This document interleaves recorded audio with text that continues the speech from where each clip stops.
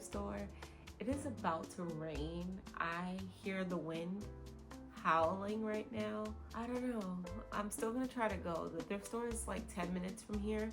I do also have to donate some items as well. If you guys hear the wind, yeah, ignore it. Trying to really do my home. Like, my style is very Nancy Myers, Ralph Lauren, with some cottagecore elements and countryside elements. And right now my room is very minimalistic because I don't have much in here.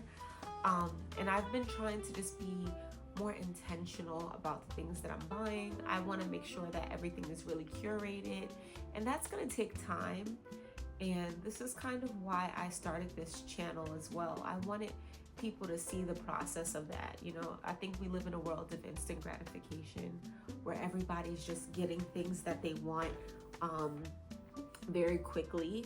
And that's not everyone's reality. You know, you might not have the money or the resources to do that. So I just wanted to show like a different perspective.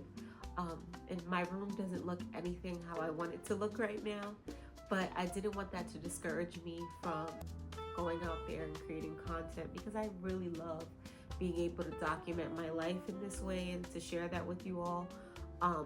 But yeah, it does not look like how I want it to look right now.